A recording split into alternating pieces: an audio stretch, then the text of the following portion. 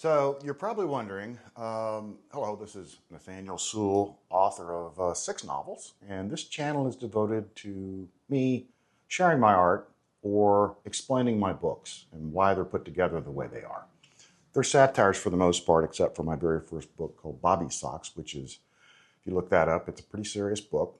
It kind of comes from my childhood, so I've always got good grades on that one. A little scary, but at any rate, I wanted to explain hey man, where's Dr. Huang? And you're wondering why the title of this one was Think Sermon on the Mount, the E-Merelda character.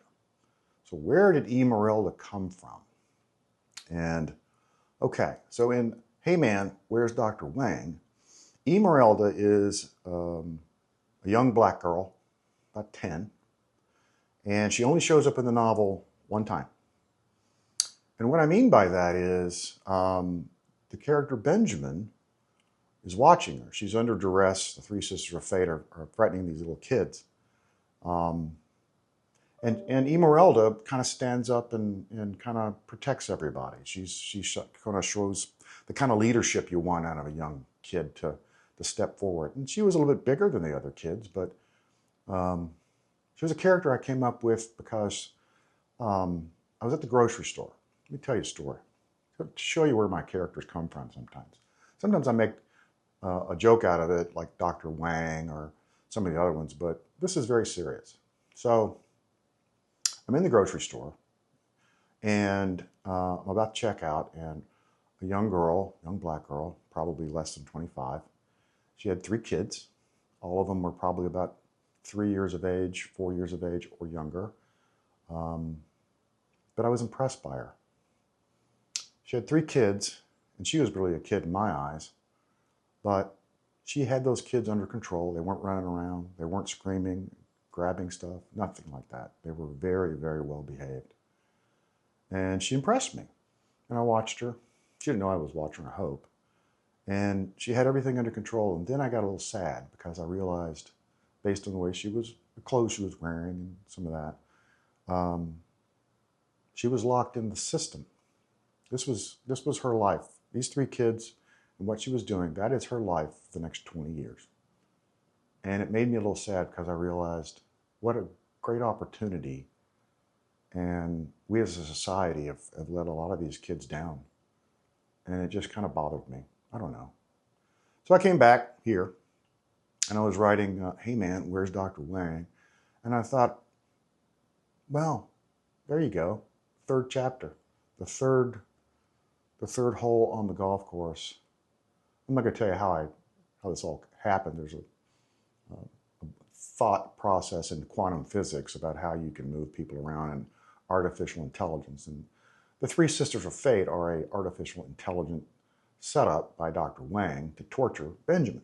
So Benjamin's in the process of being tortured. And one of the ways Dr. Huang wanted to do that was take Benjamin's Judeo-Christian ethics and show him the U.S. society and how it's crumbling and how we're treating our kids in schools and things like that. So that's how E-Merelda I riffed off of that girl and realized, well, what if she'd had a different path?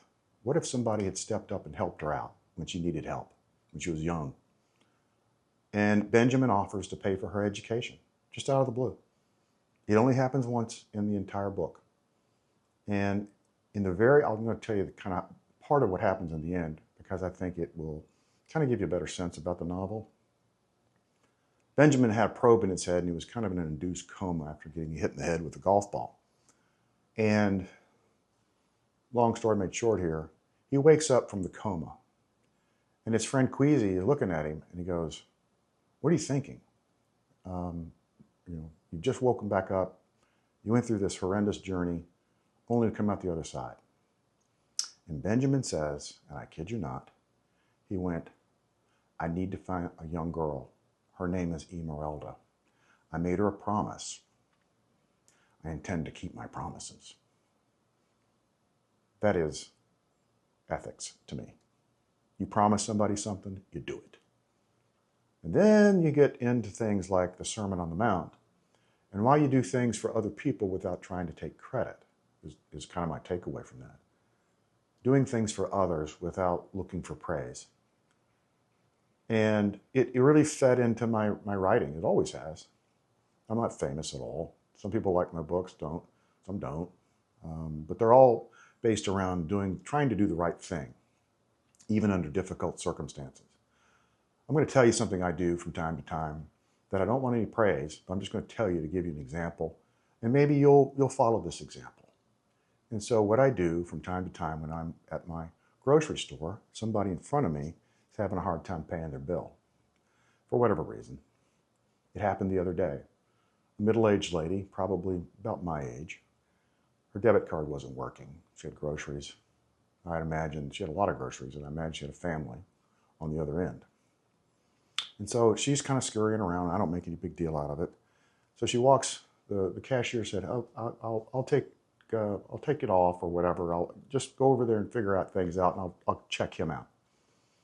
So I walked up to the grocery lady and I said, "Tell you what, how much is it? How much does she owe you?" And it was less than $100. Wasn't a ton. And I said, "I'll pay it." So I did. I paid the lady's bill, and I said, "Don't tell her I did it." And I got my groceries. And I walked out of the grocery store. It's that simple. It's such a kind thing to do for somebody who's in a little bit of distress. I don't know if the lady, I suspect she had the money. It's just one of those things. Sometimes your debit card doesn't work. Maybe she didn't have a credit card. She didn't have the cash on her. So she's really in an embarrassing situation. So instead of watching this and not doing something, not engaging, I did it in my way. I've done this many times. When I see somebody that's in a bad situation, if I can pay the bill, I pay the bill. I had a baseball team one time, was at a Steak and Shake, and they're all having a good time, and I know there's only so much money to go around for a little baseball team with a bunch of kids. So I paid the bill and walked out of the Steak and Shake. I told the guy up front, I said, "Don't tell them I did this. All they're going to know is they're going to get a bill and it's going to say 0. And of course, I told them to add a 20% tip. You have to trust people sometimes. And it worked out that time and many, many other times. I've never taken credit for any of that. They have no idea it was me. And that's the way I like it. But getting back to E-Merelda, she's a profile that I think our society has let down, that we need to do something to help them. To help young people who are in bad situations figure out, hey, there's help out there. There are people that will help you. Instead of being a big government program, why don't people in your own local area just do nice things for people? And I think we'd have a nicer society. So E-Merelda was my one little shot at trying to influence people to do the right thing, or try to help people out that you wouldn't normally help out, and not really look to take credit. That's the beauty of it. I think that's the way, if we all had the opportunity to help another person and not take credit for it. It's such a magical thing. It makes you feel good as a human being. I probably get more from it than they do, really.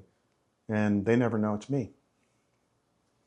It just, it kind of makes me smile. So that all comes from the Sermon on the Mount, if you want to know where that comes from. My grandfather was a minister, a preacher. I wrote a book about them a little bit called Fifth and Hope. So that kind of tells you where my inspiration comes from for some of my characters and some of my motivations on why I write the type of books I write. I just think it's a really cool thing to try to help people when you can.